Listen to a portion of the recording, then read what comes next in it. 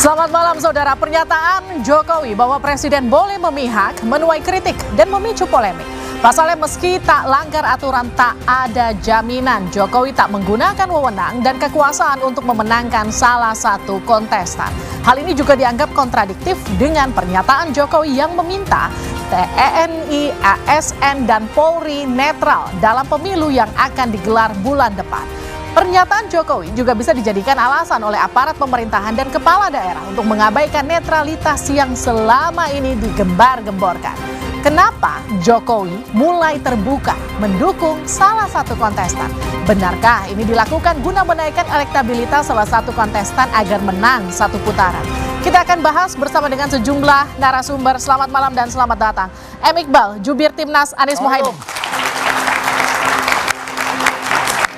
Dede Prayudi, jubir TKN Prabowo Gibran. Selamat malam. Selamat malam. Seno Bagaskoro, jubir TPN Ganjar Mahfud. Assalamualaikum. Selamat malam. Kita juga kehadiran panelis malam hari ini, Ray Rangkuti, Direktur Lingkar Madani. Selamat malam. Juga teman-teman mahasiswa dari Universitas Indonesia, UPN Veteran Jakarta, Universitas Gunadarma, Universitas Budi Luhur, dan Universitas Esa Unggul. Saudara, inilah Dua Arah. Saya Liviana Cerlisa.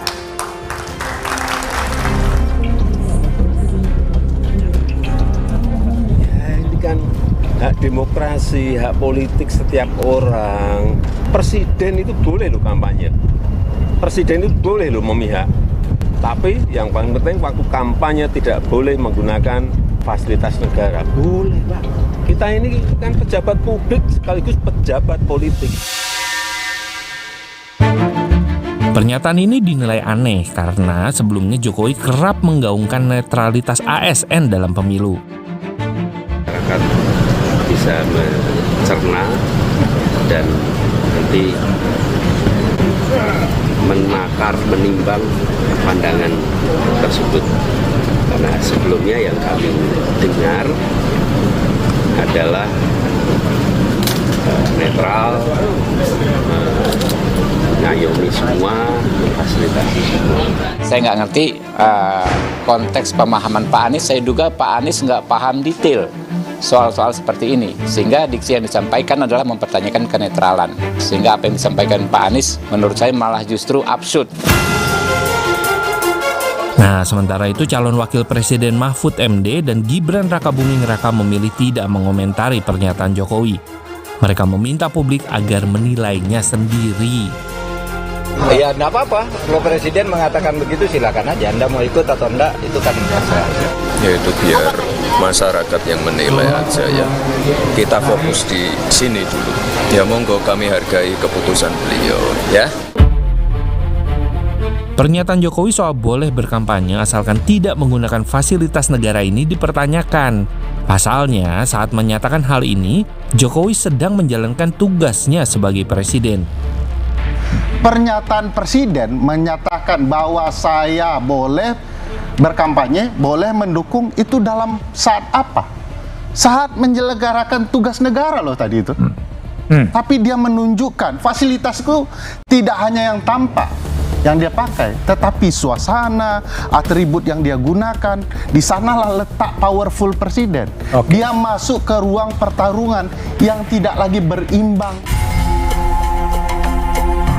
Dan jauh sebelum presiden menegaskan dirinya boleh memihak, sejumlah menterinya yang mengaku tim Jokowi sudah lebih dulu menunjukkan keberpihakannya dan dukungannya secara terbuka. Nah, bahkan Jokowi sendiri sempat bertemu dengan Ketua Umum Parpol Koalisi Prabowo Gibran dan makan malam bersama dengan Prabowo jelang debat dilaksanakan. Apa jangan-jangan ini bentuk penegasan dukungan Jokowi ke salah satu kontestan? Apakah ini yang dimaksud presiden akan cawe-cawe? Tema ini kita bahas malam ini di Dua Arah. Pertanyaan pertama untuk Pak Iqbal. Jadi Jokowi bilang presiden boleh memihak dan kampanye. Begitupun dengan menterinya, boleh memihak dan juga kampanye. Apa respon Anda? Ya kami nggak kaget ya, karena memang Pak Jokowi memang selalu tidak konsisten. Dulu waktu mau nyalonin Gibran, dia bilang nggak mungkin, masih 2 tahun jadi wali kota bisa apa. Ternyata nyalon. Kedua, kami menduga memang agak panik dengan surveinya yang nggak naik-naik ya, karena Survei siapa? surveinya 02 karena tadi apalagi blunder terakhir ketika debat cawapres ya, yang seolah-olah memperlakukan Pak Mahfud MD sangat tidak beretika. Yang ketiga, sebenarnya selama ini saya menduga bahwa Pak Jokowi juga sudah melakukan kampanye terselubung dengan mendatangi daerah-daerah yang didatangi Mas Ganjar, kemudian dengan jari-jari dua gitu ya, Bu Iriana kemarin begini juga di mobil ya kan. Dan yang paling tidak etis juga adalah ketika menyampaikan itu berada di samping calon presiden yaitu Pak Prabowo. Tentu ini saja menunjukkan bahwa kami merasa bahwa ini adalah bentuk kepanikan yang tentu saja sangat khawatir kalau calon yang diusung anak kandungnya tidak menang. Oke. Mas Uki. Ya. Ini dikatakan Pak Iqbal ini bentuk kepanikan dari seorang Joko Widodo. Apa respon Anda? Oh ya enggak lah, justru kami sangat percaya diri satu putaran loh ya. Jadi kalau misalnya tadi Bang Iqbal bilang kita nggak kunjung sampai berapa? 50% ya? Yes. Kalau kita perhatikan tidak sampai 50%-nya Prabowo Gibran itu bukan dikarenakan paslon nomor 1 dan paslon nomor 3 digabung itu 51% atau lebih, bukan. Tapi dikarenakan masih ada orang-orang yang tidak tahu garis miring tidak jawab. Artinya yang kita perhatikan itu sekarang adalah sebaran si ya tidak tahu dan tidak jawab tadi ya. Nah kalau kita memperhatikan itu semakin hari tidak tahu tidak jawab itu semakin sedikit. Survei indikator mengatakan bahwa itu sekarang tinggal 6%-an. Dan ya sisa 6% ini kalau kita ngelihat tren sebarannya dari yang udah-udah dan tidak mengubah pattern pola yang sekarang, sebarannya nanti di hari H juga akan sama juga. Oke, sekarang gini, ini kan disampaikan Pak Jokowi jelas di samping Pak Prabowo ketika meresmikan pesawat. Ini bentuk dukungan secara tidak langsung, declare? Nah itu kan sebenarnya statement yang normatif ya, karena hukum juga mengatakan demikian gitu. Hanya saja memang tafsirannya bisa kemana-mana. Oke, Mas Eno itu statement normatif atau gimana menurut Anda? Ya sebenarnya statement yang jelas tidak normatif. Karena kalau kita melihat dalam statement kemarin, Presiden berdiri di samping seorang calon presiden dari kubunya Mas Dede Uki. Sebenarnya kalau kita melihat semacam itu, sekalian aja Presiden, belakangnya Capres, sekalian Cawapresnya gitu. Biar clear message-nya ke publik itu apa gitu. Tapi yang jadi tidak etis kan karena hari itu pada waktu Presiden menyampaikan itu dilakukan di sebuah fasilitas militer yang dibiayai negara, di mana publik menangkap ini sebagai bagian dari show of force yang dilakukan Presiden. Ini loh, saya Presiden, saya pimpinan tertinggi di negara ini, dan inilah kemudian saya boleh kampanye. Pak, undang-undang itu memang menyatakan bahwa Presiden boleh kampanye dengan batasan-batasan tertentu. Tapi logika yang sama adalah Presiden juga boleh tidak berkampanye. Presiden boleh tidak memihak ke salah satu paslon. Logika konsekuensinya begitu. Nah, sekarang publik menjadi mempertanyakan banyak hal karena hari ini ada salah satu kontestan yang adalah anak dari Presiden Joko Widodo. Tentunya itu jadi persoalan. Nah, sekarang gini, kalau pada akhirnya seperti yang Anda sampaikan tadi, Pak Jokowi ya sekalian aja declare barengan sama Capres sama Cawapresnya. Kalau itu dilakukan Joko Widodo, PDIP nggak apa-apa? Ya sekalian aja, daripada seperti ini hari ini publik bisa melihat kan problem etika semuanya. Daripada terselubung ya. Daripada terselubung mendingan jelas hitam dan putih begitu, karena kita melihat, tapi jangan di fasilitas negara. Harus jelas itu. Makanya saya ini sedikit menyela ya, karena memang saya sedih juga. Gimana kalau seandainya Presiden cuti? Lalu pertanyaannya, siapa yang menjamin keselamatannya? Kenapa? Karena kalau dia tidak boleh menggunakan fasilitas negara, tentu saja ini menjadi sebuah ancaman. Siapa yang tanggung jawab? Lalu Pak Jokowi akan menulis surat kepada Pak Jokowi sendiri, saya izin untuk cuti, gitu kan? Kan izin presiden ya kan? Ini menjadi tentu saja menjadi sejarah yang buruk bagi negeri ini. Tetapi hari ini Bu Sri Mulyani, Menteri Keuangan, memberikan statement cukup bagus. Dia mengatakan tahun pemilu jaga sikap kita. Netralitas itu adalah sesuatu yang menjadi keharusan. Anda bisa punya preferensi apa saja lakukan pada saat Anda di kotak suara. Tapi gini, baik maaf saya potong. Artinya gini, memang kalau pasti didukung Jokowi udah pasti nggak netral. Ya kan Pak Jokowi akan menjilat ludahnya sendiri. Ketika makan siang bersama Capres dia katakan akan netral. Ketika di awal pemilu dia katakan kita harus netral. Tapi yang paling berat itu adalah ketika Pak Jokowi satu hari mengkampanyekan Pak Prabowo, dia juga akan menjilat ludahnya sendiri. Apa itu? Pak Jokowi pernah menyerang Pak Prabowo dengan 4 hal. Mempertanyakan tanahnya, mempertanyakan integritasnya, keberpihakan kepada anti korupsi, keberpihakan kepada perempuan. Apakah dia akan memperbaiki itu semua? Kan terus saya akan berat bagi seorang kepala negara. Kalau PSI yang pernah mengatakan Pak Prabowo pembohong, biasa. Tapi kalau seorang presiden itu luar biasa. Gimana tuh Mas Uki? Ya, saya pikir ini bisa dilihat dari dua dimensi ya. Dimensi yang pertama adalah dimensi legalitas gitu ya. Apakah secara aturan, secara undang-undang ini dibolehkan? Ini nggak usah diperdebatkan lagi karena semua orang sudah tahu bahwa ini sebenarnya boleh ya. Presiden boleh memihak dan undang-undang membolehkan itu, memberikan ruang bahkan untuk kampanye dengan rambu-rambu tertentu. Oke, itu yang pertama ya.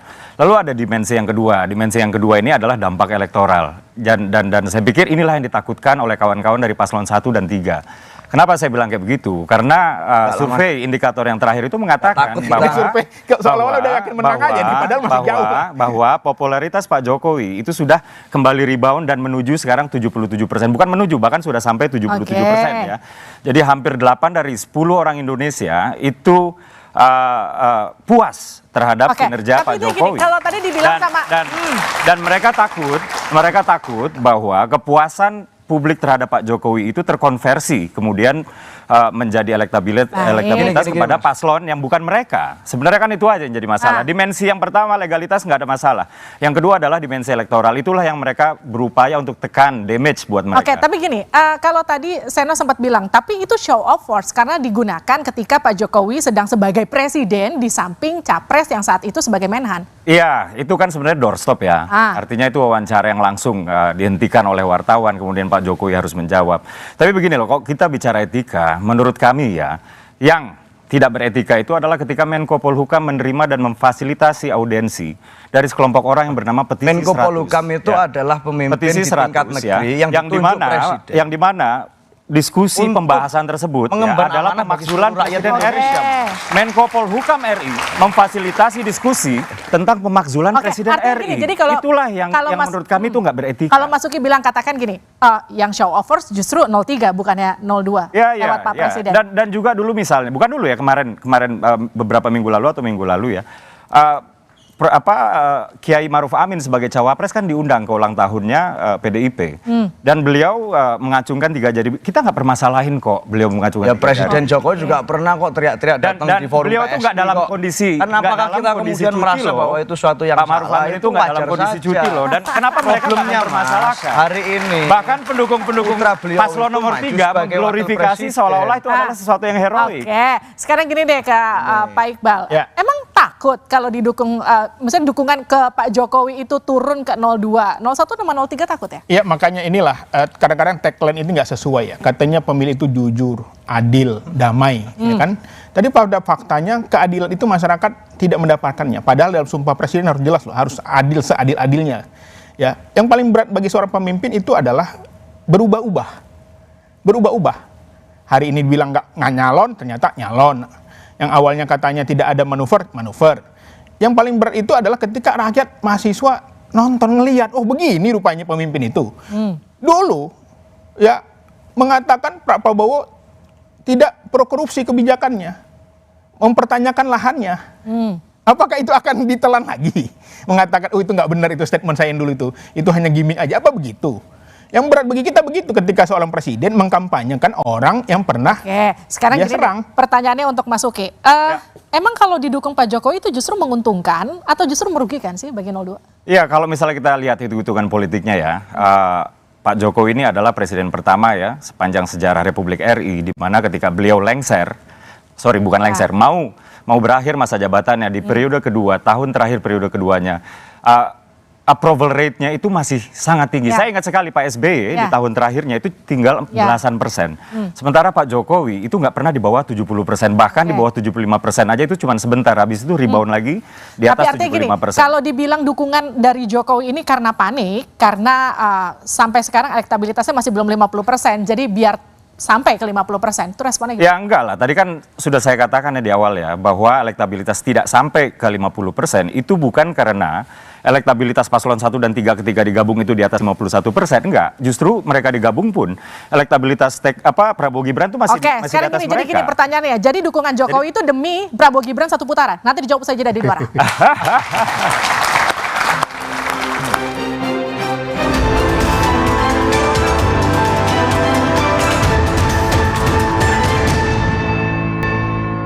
Kita mau kemenangan yang benar. mau kemenangan yang benar. Iya, kemenangan yang terhormat. Presiden tidak boleh berkampanye menggunakan APBN, fasilitas negara dan sebagainya. Terus pengawalan dia gimana? Pas pampresnya gimana? Saya ingat berapa waktu yang lalu saya telepon sama Pak Mahfud ya, video call, dia tanya waktu itu gimana? Menurut Mas Adian bagaimana? Mundur. Kenapa? Biar menang kita terhormat. Oke. Kita lanjutkan dua arah. Jadi Mas Uki, Presiden turun gunung biar menang satu putaran, Prabowo Gibran. Turun gunung, Presiden nggak turun gunung kok. Dia hanya digelar tipis-tipis lah ya. Dia hanya menjawab sesuatu pertanyaan yang jawabannya juga normatif kok. Artinya bisa dipertanggungjawabkan secara hukum gitu. Kecuali kalau misalnya Presiden kemudian mengatakan saya mendukung paslon X kayak gitu loh. Walaupun memang kami di TKN 02 yakin bahwa dukungan tersebut memang muaranya ke arah kami Prabowo Gibran. Iyalah ada anaknya di situ. Tapi kalau mengatakan bahwa kemudian Presiden turun gunung supaya satu putaran, enggak lah, enggak perlu. Nah, makanya saya agak lebay ya teman-teman PSI ini. Dulu ketika didesak Gibran mau maju atau enggak, kami enggak tahu. Ternyata ada paman rupanya, ada settingan rupanya ya kan. Rizal Ramli bahkan almarhum mengatakan itu sejak lama udah disetting gitu loh. Jadi kita melihat bahwa kepura-puraan, drama-drama ini apa gitu loh. Udah terus terang aja. Tetapi lagi-lagi yang dipertontonkan seolah-olah ini nggak ada, ini kebetulan. Nggak, tapi artinya gini, didukung Jokowi jadi ancaman nggak buat Amin? Bukan, sebelum itu saya ingin mengatakan yang paling berat bagi seorang politis itu apa? Menjilat ludahnya sendiri. PS ini pernah menyerang Prabowo loh. Mengatakan Prabowo presiden terburuk, pembohong. Tapi sekarang dia menjilat ludahnya sendiri. Tapi apakah itu etika? Itu nggak etis. Makanya kita anak muda harus bisa menjaga lisan kita gitu loh. Balik lagi pertanyaan saya, didukung Jokowi itu jadi ancaman nggak buat Amin? Ya tentu saja kami sudah sejak awal menduganya. Bukan lagi ancaman. Memang kami sejak awal sudah menduga bahwa ini ada namanya agenda setting. Ada skenario, ada sutradara, ada penyandang dana gitu loh. Jadi udahlah, jangan pura-pura seolah-olah kebetulan. Udah. Memang ini kami dari awal begitu, gitu kan lebih enak gitu loh. Ini kan jadi pusing, nggak bisa tidur mikirnya. Mereka udah menduga dari awal. Kalau kita melihat hari ini dengan Presiden menyampaikan statement itu, malah sebenarnya saya curiganya Mbak ya, narasi satu putaran yang digemakan oleh kawan-kawan yang ada di kubu Pak Prabowo, itu sebenarnya secara data internal mereka sendiri, mereka nggak yakin dengan itu. Akhirnya kemudian perlu dukungan-dukungan dari luar, support-support dari luar, agar memastikan narasi itu terjadi. Kenapa begitu? Kita melihat dalam debat terakhir bagaimana Mas Gibran mengalami sentimen yang sangat negatif di media sosial. Tapi mereka yakin elektabilitasnya bagus kan? Keyakinan itu kan boleh-boleh saja semua orang. Saya menghargai misalnya Mas Uki sebagai senior. Tapi bicara tentang etika misalnya, nggak pantas kalau misalnya saya memanggil Mas Uki hanya dengan nama saja, nggak pakai Mas misalnya. Sama dengan kemarin. Secara hukum nggak ada yang melarang Jokowi menyatakan seperti itu. Tapi secara etika menjadi bermasalah. Dan kenapa etika ini berani dilanggar? Kalau orang bermain catur Mbak. Pada saat awal-awal mungkin pionnya dulu yang maju gitu, terus kudanya yang maju, seternya yang maju. Kalau sudah mau kalah, baru nih rajanya bergerak ke sana kemari. Kita takutnya begitu tuh. Gimana tuh Mas Uki? Karena dianggap udah mau kalah, jadi rajanya ikutan turun. Saya itu nggak ngerti kenapa kita dibilang panik ya. Saya nggak ngerti ya. Yang kerjaannya tantrum-tantrum gitu ya. Yang tantrum Pak. Yang marah-marah terus. Itu kan bukan kami ya. Kayak tadi Bang Iqbal juga rasanya juga apa ya? Rasanya nyerang-nyerang. Adik-adik mahasiswa etis nggak pernah mengatakan seorang pembohong lalu kemudian Mas Eno juga menyerang secara etika katanya. Padahal tadi saya udah ingatkan loh. Saya udah ingatkan bahwa yang melanggar etika menurut hemat kami itu adalah Prof. Mahfud MD ketika menerima dan fasilitasi diskusi audiensi yang dimana diskusinya adalah pemakzulan RI di kantor Menko Polhukam RI. Harus mengayomi semua pihak, tidak bisa jadi presiden hanya mengayomi pasangan 02 kayak gitu malah salah Mas. Audiensi dengan menteri itu nggak seperti kita ke tetangga ketok pintu untuk minta gula ya. Audiensi dengan menteri itu kita harus berkirim surat dulu Mas Eno. Jadi nggak mungkin ya Prof. Mahfud itu membela Mas agar tidak terjadi impeachment. Dia menyampaikan kepada Prof. Mahfud nggak mungkin bahwa impeachment tidak mungkin audiensi terjadi. tersebut adalah membahas pemakzulan Presiden RI. Dibahas agar kemudian tidak berkembang lebih liar di masyarakat. Ya nggak mungkin. Harusnya dari awal sudah dibilang sebelum audiensi itu dimulai. Itu yang dilakukan Pak Mahfud itu sudah membalas WhatsApp ya atau surat menyuratnya supaya langsung aja ke DPR. Makanya Nah ini kan diterima. Gitu, itulah yang nggak etis makanya sebenarnya. PSI segeralah masuk Senayan biar bisa belain presiden di parlemen. Gitu loh. Luar ini kan karena belum punya parlemen jadi dia ketakutannya berbeda. Gitu loh. Kalau orang punya parlemen biasa. Baik Bang, tenang, tahan dulu. Kita punya panelis nih kelupaan kita tanya dari tadi. Gimana Bang Rey? Jokowi presiden boleh memihak kan secara undang-undang, tapi aturannya apa sih yang nggak boleh dilanggar? Terus emang secara etika gimana? Ya ini kan antara legal dan etik. Nah, di kita itu kan yang memang absen adalah etika kan. Semua diukur melalui legalistik formal. Boleh apa enggak? Ya boleh, nggak ada yang melarang. Tapi apakah semua yang boleh melalui undang-undang itu baik menurut ukuran etik? Ya belum tentu.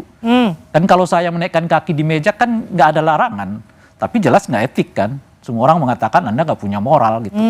Nah, jadi itu menunjukkan kepada kita bahwa tidak semua yang dibolehkan itu oleh aturan itu berarti bagus dalam kerangka etik. Itu menurut saya yang menjadi masalah kita sekarang. Jadi sebetulnya tidak, kalau menurut saya sih nggak usah dulu ditarik-tarik soal elektabilitas macam-macam. Sebab kalau saya dengar 10103 ini bukan persoalan elektabilitas apakah naik atau turun, tapi persoalannya adalah apakah presiden dapat berlaku adil. Nah, kalau beliau mengungkapkan sesuatu yang bersifat politik, mengapa cuma satu paslon di situ? Tidak ada 2 atau 3 paslon di situ. Karena yang dipertanyakan, kalau beliau mengatakan bahwa saya memihak kepada sesuatu, silakan memihak kepada sesuatu, tapi libatkan semua.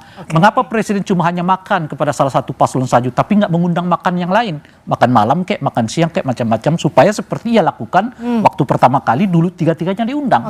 Jadi sebetulnya menurut saya ini persoalannya bukan persoalan elektabilitas. Artinya gini, kalau menurut Anda apakah perlu sekalian aja presiden bilang, saya declare mendukung Saya paslon? dari dulu selalu mengatakan itu. Bahwa lebih baik presiden terbuka untuk menyatakan mendukung siapa. Sehingga dengan begitu berlaku hukum pemilu. Kita bisa awasi. Ketimbang sekarang serba abu-abu. Ketika kita mengatakan, itu potensial melanggar aturan. Oh enggak, saya sedang melakukan tugas negara. Ketika kita mengatakan itu enggak patut, oh tidak, saya kan doorstop. Dan sebagainya. Gitu. Jadi wilayah abu-abu itu menurut saya akan bisa dijelaskan kalau presiden menyatakan dengan tegas, saya berpihak kepada salah satu paslon.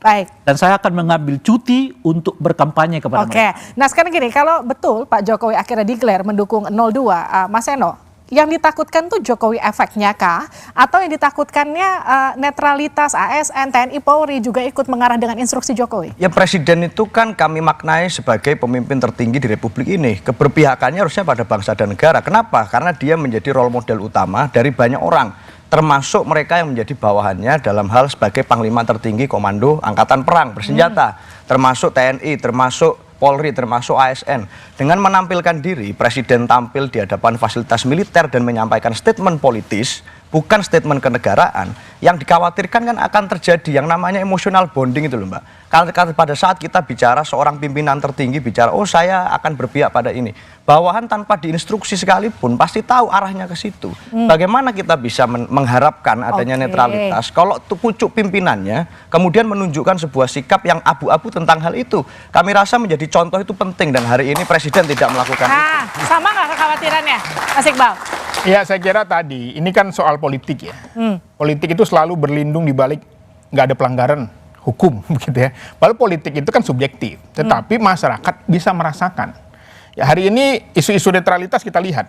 Apa yang terjadi? Bayangkan PJ kepala daerah ditunjuk langsung, dipilih. Ya, dipanggil ke istana. Ya, kepala desa juga dipertemukan. Lalu apa kita bilang, oh itu kan cuma kebetulan? Nggak mungkin. Rakyat juga tahu gitu loh. Jadi kita melihat kalau mau bermain ya agak cantik sedikit lah. Emang kalau didukung sama presiden udah pasti curang? Bukan curang, ini yang disebut dengan kampanye terselubung namanya. Dia nggak ada sorry. Kalau ia didukung presiden curang, karena presiden nggak boleh mendukung. Tetapi sebagai warga negara yang kebetulan presiden dia boleh. Oleh karena itu jelas perbedaannya. Kapan itu bisa dibedakan? Kalau yang bersangkutan menyatakan cuti. Iya. Dari jabatan dia boleh mendukung, tapi dia copot di semua. saat itulah dia berkampanye, mengemukakan sesuatu.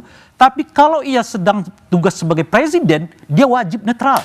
Nah, pada soal teknisnya itu sulit. Contoh, Pak Prabowo saja yang Menteri Pertahanan ketika debat di saat dia kampanye, ajudannya tetap nempel, tetap ikut, dikasih seragam persis. Partai lagi. Makanya apakah itu Pak Mahfud, apakah Pak Prabowo sebagai menteri, mereka tidak boleh berkampanye. Kapan mereka boleh berkampanye? Kalau mereka cuti. Ketika mereka cuti, mereka bukan Menhan, mereka bukan Menko Polhukam. Persis seperti presiden. Boleh nggak kampanye? Boleh. Kapan ia boleh kampanye? Kalau jadi warga negara. Kapan ia warga negara? Kalau ia cuti. Gitu kira-kira. Mengajukan cuti pada dirinya sendiri Mbak. Itu. Oh iya, ya mekanismenya yang tersedia mau diapain gitu. Itu kan. Tapi saya tertarik dengan apa yang disebut oleh Bung Uki tadi. Apa? Menko Polhukam itu kurang etik, kata Uki kan. Ini yang jadi problem bagi saya. Bagaimana presiden kok bisa tetap bersama dengan seorang menteri yang tidak punya etika. Kan kalau Menko Polhukam itu nggak punya etika, mestinya seketika diberhentikan oleh presiden. Pertanyaannya, kenapa presiden tetap bersama dengan seorang menteri yang dianggap oleh UKI tidak punya etika? Nunggu mundur kali kan katanya mau mundur. Tunggu dulu. Saya khawatir karena presiden tidak punya pandangan soal etik. Sehingga dia nggak merasa yang dilakukan oleh Menko Polhukam itu melanggar etika seperti disebutkan oleh UKI gitu loh. Jadi presiden itu nggak ada di bayangan dia apa yang namanya etik, apa yang namanya moral. Sehingga apa yang disebut oleh UKI tadi pelanggaran etik yang dilakukan oleh Menko Polhukam itu nggak sanggup itu. Pelanggaran etika menurut Mas Uki, kalau menurut publik ya bukan pelanggaran etika. Saat bicara etika, Prof. Mahfud sudah menyampaikan beliau akan segera mengumumkan pengunduran dirinya dari menteri karena ingin memberikan teladan bagi yang lain tentang apa itu menjadi menteri dan menjadi petugas negara yang baik. Mas Oke. Ya, saya pikir itu hanya bunga-bunga elektoral aja supaya kedengarannya heroik gitu ya. Sebenarnya Mana lebih heroik sama Prof. Mahfud pengumuman dengan di Pak fasilitas Ganjar militer itu kemarin, Mas. sedang menderita karena positioningnya yang abu-abu. Apakah kemudian mereka itu mengusung keberlanjutan atau perubahan? Bang Iqbal dari tadi strikingnya keras, tapi memang jelas perubahan gitu ya. Dan PKS itu memang dengan Pak Jokowi nggak pernah berada di kabinet, nggak seperti teman-teman dari PKB maupun Nasdem gitu. Nah, Prof. Mahfud itu selama ini misalnya ya kemarin Pak Ganjar pernah mengatakan bahwa nilai penegakan hukum di mata Pak Ganjar itu adalah 5 gitu, yang dimana Menko Polhukamnya ternyata adalah Prof. Mahfud. Menkumhamnya adalah kawannya di PDIP. Gitu ya. Kemudian juga pernah mengkritik Pak Ganjar mengkritik Kementerian Pertahanan yang dimana itu juga masih di bawah koordinasinya Prof. Mahfud. Dan lain-lain lah ketika menerima petisi itu satu hal yang lain. Nah, cuman yang jelas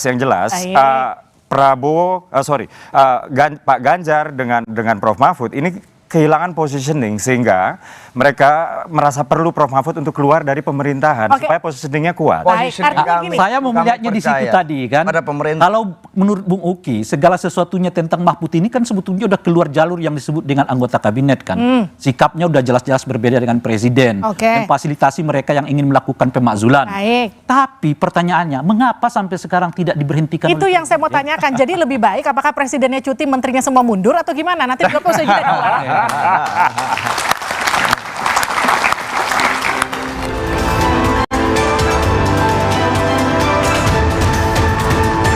Kan saja toh. Nah, soal nanti bagaimana lapangan faktanya memihak atau enggak, menggunakan fasilitas negara atau tidak, itu kan ada lembaga yang mengawasi kegiatan-kegiatan kampanye. Dia kan mengajukan cuti kepada dirinya sendiri. Iya, presiden kan cuma satu, Mas. Kira soal presiden saya kira sudah jelas ya, aturannya boleh, ada yang tidak setuju, ada yang setuju, nah, silakan aja, nanti urusannya itu publik aja. Oke, kita lanjutkan dua arah, saya langsung ke Bang Rey. Jadi bagusnya presiden langsung aja cuti, terus menteri yang jadi cawapres mundur, menteri yang jadi capres juga mundur gitu. Ya, lebih bagus begitu menurut saya sih. Mereka menyatakan mundur karena agak sulit membedakan ketika mereka beraktivitas sebagai menteri atau sebagai calon presiden. Itu pertama. Yang kedua, dua jabatan ini juga membatasi gerak mereka. Misalnya kampanye mereka tidak leluasa karena memang harus cutinya cuma sehari dalam masa kerja begitu. Dan yang ketiga adalah kalau kita lihat faktor utama dari mereka yang hendak memilih itu karena merasa dekat. Nah, bagaimana calon-calon presiden, wakil presiden ini bisa berkampanye dan merasa dekat dengan rakyat kalau mereka jarang bertemu dengan rakyat gitu. Nah, salah satu faktor yang memungkinkan menaikkan elektabilitas itu menurut saya bukan saja karena faktor Jokowi, tapi juga apakah orang merasa dekat dengan calon-calon ini atau tidak. Dan dekat itu nggak bisa tidak dimaknai dengan mereka bisa bertemu dengan calon-calon presiden mereka dan wakil presiden mereka gitu. Oke, saya ke Mas Eno. Mas Eno, jadi artinya Pak Mahfud kemarin bilang katanya mau mundur untuk kemudian membuktikan tidak akan show of force, menggunakan kekuasaannya atau seperti apa? Ya karena keteladanan yang berusaha ditunjukkan Pak Mahfud saat sekaligus menjadi menteri dan cuti untuk menjadi cawapres, itu kemudian memisahkan dua ruang itu. Ternyata tidak diikuti oleh banyak anggota kabinet yang lain, termasuk kemudian presiden pada waktu menyampaikan statement kemarin. Jadi sebenarnya gini Mbak, makanya Pak Mahfud memutuskan untuk akan segera mengumumkan kemundurannya dari Menko Polhukam. Tapi sebenarnya gini, saya ini bersimpati juga dengan Mas Uki malam ini gitu. Karena bagi saya memang susah juga gitu. Gimana memberikan pembelaan terhadap statement Pak Jokowi yang menyampaikan itu, yang jelas-jelas itu adalah satu hal yang tidak pantas, satu hal yang tidak elok, satu hal yang tidak etis. Di dalam forum debat seperti ini, saya sebenarnya bersimpati juga. Dan dari tadi bangun logikanya adalah mengatakan bahwa ini boleh secara hukum, ini kemudian ada efek elektoral. Saya sudah jawab, hukum boleh-boleh saja gitu. Tapi kan ada etika, ada problem masalah etika, dan itu tidak dijawab. Apa sebenarnya kemudian pembelaan dari teman-teman tentang hal itu? Anda bersimpati tapi Anda serang juga. Padahal efeknya bersimpati ke Ukinya. Bersimpati ke Mas Uki. Harus membela di topik yang seperti ini begitu. Nah, tapi karena ini jelas satu hal yang salah dan kemudian masyarakat. Padahal Uki nggak membutuhkan simpatinya Seno. Itu tuh, makanya saya rasa repot gitu karena saya pikir justru apa yang dilakukan oleh Presiden Jokowi saat ditanya wartawan itu adalah jawaban yang normatif. Karena memang itu adalah soal hukum. Jadi Pak Jokowi justru sedang memberikan edukasi bahwa seorang presiden itu boleh memihak dengan rambu-rambu tertentu. Dan rambu-rambu tersebut jelas kok diucapkan oleh Pak Jokowi gitu ya. Beliau tidak sedang berkampanye. Kalau beliau sedang berkampanye maka beliau mengajukan cuti. Tapi didampingi capres, full stop di situ kan. Full stop di situ. Nah, itu acara memang ada kaitannya dengan acara Kementerian Pertahanan. Jadi di sana ada Pak Menhan yang kebetulan ya di sana Pak Menhan itu adalah kapasitas sebagai Menhan, tapi kebetulan beliau itu adalah paslon ya, salah satu dari paslon. Jadi sebenarnya ini wajar-wajar aja ya, dan saya pikir sebenarnya kayak begini yang ditakutkan oleh teman-teman dari paslon nomor 3 ini adalah endorsement Pak Jokowi sih sebenarnya. Karena itu masalah. Karena kayak begini loh. Sorry apa namanya? Kalau endorsement itu dilakukan oleh presiden sebagai presiden, itu masalah. Iya. Itu. Tapi kan Pak Jokowi nggak mengatakan apa-apa soal itu kan. Endorsement kan tidak harus mengatakan. Yang paling penting yang nggak boleh itu adalah menggunakan perangkat-perangkat negara. Menggunakan kewenangan untuk memenangkan paslon tertentu. Tapi ketika ditanya oleh wartawan, doorstop dan dijawab normatif, yaitu tentang undang-undang dan aturan pemilu, ya wajar-wajar aja gitu. Itu kan yang kan itu sama dengan begini. Saya apalagi saya dikasih simpati ya, terima kasih karena saya sedang dikeroyok. Tapi sama dengan begini sebetulnya. Tapi saya nggak ngerti kenapa saya disimpati. Sama dengan begini. Apakah presiden harus menjawab pertanyaan wartawan ketika ditanyakan masalah yang seperti itu di tempat yang itu? Kan tersedia pilihan untuk tidak menjawabnya. Beliau mengatakan mohon maaf untuk urusan ini saya tidak boleh jawab karena baru ada satu calon presiden. Kalau nanti saya akan buat, itu kalau dia memahami. Kalau memahami etik, nanti saya akan buat pernyataan khusus dalam kondisi di mana saya sendiri. Misalnya begitu. Pak Jokowi harus belajar politik. Itu yang pertama. Ketika yang kedua, saya bilang tidak etis saja yang salah Pak Jokowi. Itu ketika sesuatu yang sebenarnya normatif aja dilakukan Pak Jokowi. Itu yang saya sebut itu masih disalahkan juga. Itu yang saya sebut. Jangan-jangan Pak Jokowi nggak mengerti etik ini gitu loh, Pak. Uki udah berulang kali mengatakan Pak Mahfud itu nggak punya etika. Tapi tetap digandeng oleh Presiden Jokowi. Pencalonan Gibran itu tidak ada etikanya, tetap digandeng, dipersilakan oleh Pak Jokowi. Pertanyaannya sebetulnya, Pak Jokowi itu mengerti etik demokrasi apa enggak? Gitu loh kira-kira. Itu pertanyaannya. Jadi sama kayak gini, etik itu sama kayak Pak Jokowi diusung oleh Bu Mega PDIP menjadi wali kota 2 kali, gubernur 1 kali, presiden 2 kali, mantunya jadi wali kota, anaknya wali kota. Lalu dia melawan. Itu etika tuh enggak?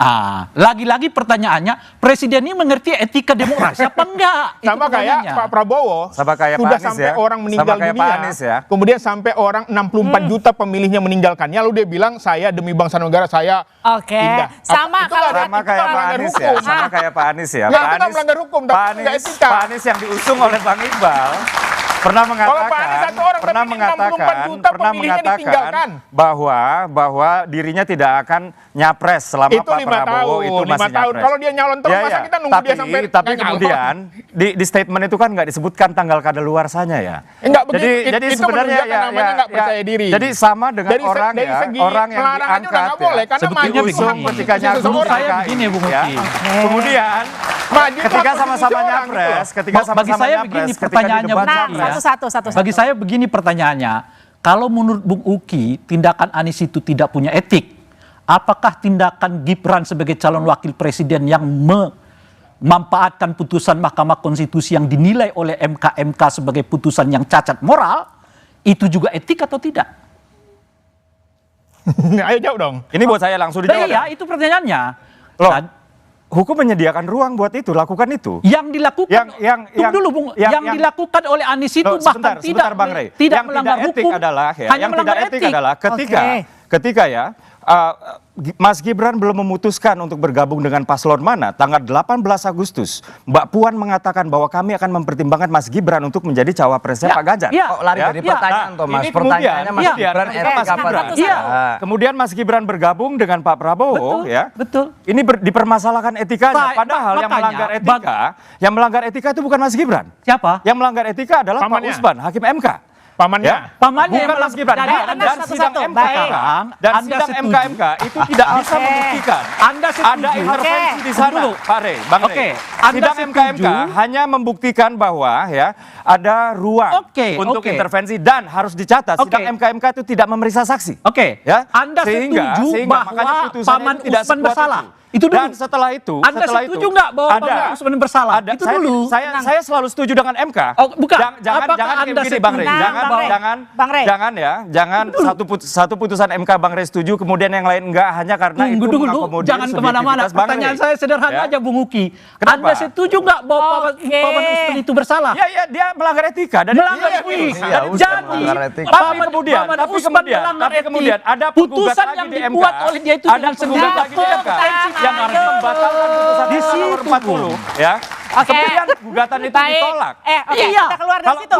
Kalau satu hal yang menguntungkan subjektivitas Bang Rey itu kemudian Anda pegang, yang lain nggak Anda pegang, Anda itu sendiri berarti bagi saya udah cukup. Kalau Anda mengatakan bahwa Paman Usman itu salah secara etik, bagi saya sudah selesai. Kita konsisten dengan tinggal Anda secara etik mau nggak Masuki cukup. Saya ke Mas Eno. Mas Eno, jadi gimana? Kalau menurut Anda ini memang endorsement dari Jokowi itu menakutkankah buat 03? Ya enggak, saya barusan menikmati itu problem pengelakan dari etik-etik itu tadi. Jadi ya saya menikmati.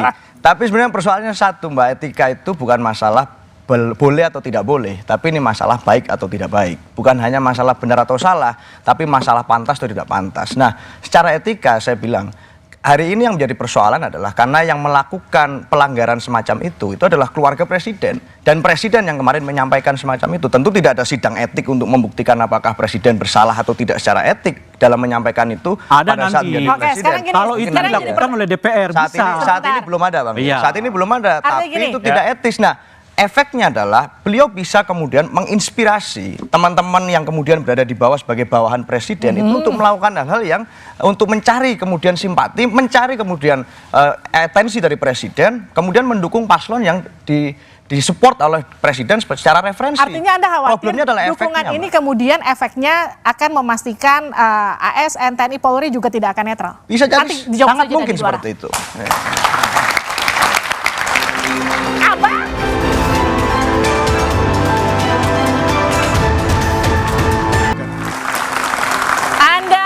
Bersama kami di Dua Arah, Jokowi Presiden boleh memihak. Pertanyaannya untuk Mas Iqbal dulu deh sebelum ke Mas Eno. Jadi kalau Jokowi memihak, bagaimana memastikan aparatur sipil negara itu bisa tetap netral? Ya pasti akan mengacaukan sistem pemerintahan ya. Tetapi saya tidak lebih mendalam di situ. Saya mengatakan bahwa kami menduga sebenarnya efek Pak Jokowi ini nggak gede-gede banget. Contohnya PSI. Kalau PSI itu udah masang muka Pak Jokowi kemana-mana, harusnya surveinya 10%.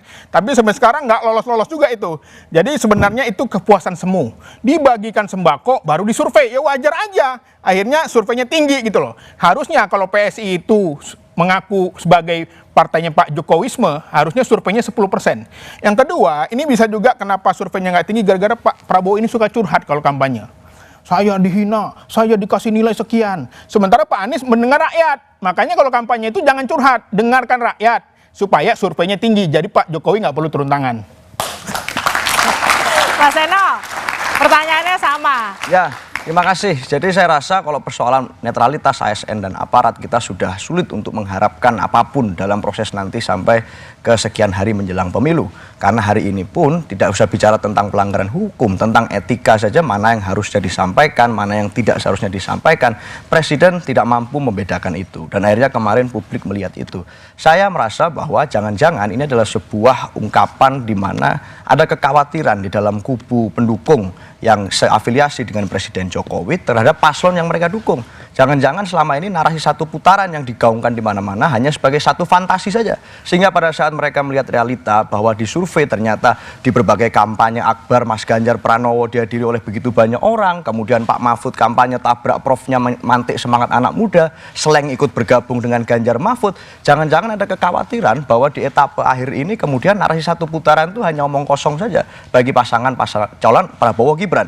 Jadi hari ini kami merasa bahwa pada saat besok Presiden mau dukung siapa, bagi kami tidak ada masalah karena yang paling penting adalah suara rakyat dan hati rakyat mau mengarah kemana. Oke, Mas Uki. Ya, siap. Kita sudah sering membahas ya soal insinuasi kecurangan-kecurangan dari pemerintah pusat, tapi kita suka lupa bahwa negara ini sudah menganut sistem pemerintahan desentralisasi. Gitu. Jadi yang patut kita perhatikan juga adalah pemerintah-pemerintah daerah yang menginstruksikan bawahannya atau menggunakan kegiatan-kegiatan berbasis APBD untuk memenangkan paslon tertentu, dan ini pernah terbukti oleh Ketua DPC PDI Perjuangan di Majalengka yang terbukti pertama menggunakan kegiatan berbasis APBD, kedua menginstruksikan jajaran pemerintahan Kabupaten Majalengka untuk memenangkan paslon nomor 3. Itu baru di Majalengka, belum di Bangka Belitung dan juga belum di Papua. Tapi nggak bisa ngerahkan tentara dan polisi kan, Bang. Dan yang kedua, negara ini adalah negara hukum. Ya, artinya ketika memang kita melihat terjadi kecurangan-kecurangan, maka laporkanlah. Di sana hukum sudah menyediakan kanal-kanal. Jadi yang saya lihat ini, kalau misalnya ada orang-orang berteriak kecurangan padahal sendirinya curang tapi diam-diam aja, ini sebenarnya hanya sifat seseorang yang sudah tidak yakin menang tapi nggak siap kalah. Kurang lebih sih seperti itu ya, sehingga sebaiknya kita nggak usah teriak-teriak kecurangan-kecurangan hanya demi bunga-bunga elektoral, karena ini apa? Ini akan meruntuhkan wibawa pemilu. Wibawa pemilu runtuh, maka wibawa demokrasi juga akan runtuh. Wibawa demokrasi runtuh, ini akan memberikan ruang buat ideologi asing yang macam khilafah dan lain-lain untuk masuk ke Indonesia, dan kita nggak mau itu. Oke. Terakhir, Pak Rey, memastikan pemilu akan berlangsung jujur dan juga adil. Ya, tentu ada peran sangat besar dari presiden sebagai kepala negara, kan beliau adalah penanggung jawab semua pelaksanaan pemilu ini. Kan semua laporan dari Bawaslu KPU nanti adalah kepada presiden sebagai kepala negara.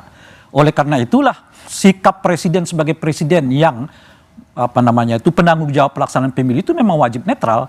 Boleh nggak presiden sebagai individu untuk terlibat dalam pemilu? Boleh, tapi cuti dulu, kira-kira begitu. Itu pertama. Nah yang kedua, ada soal Bawaslu. Sejauh apa peran Bawaslu dalam hal ini? Saya jujur agak miris melihat kinerja Bawaslu kita hari ini. Makanya saya mengatakan sekarang ini kayaknya pemilu 2024 ini era di mana masyarakat dilatih menemukan pemilu, melaksanakan pemilu tanpa kehadiran Bawaslu.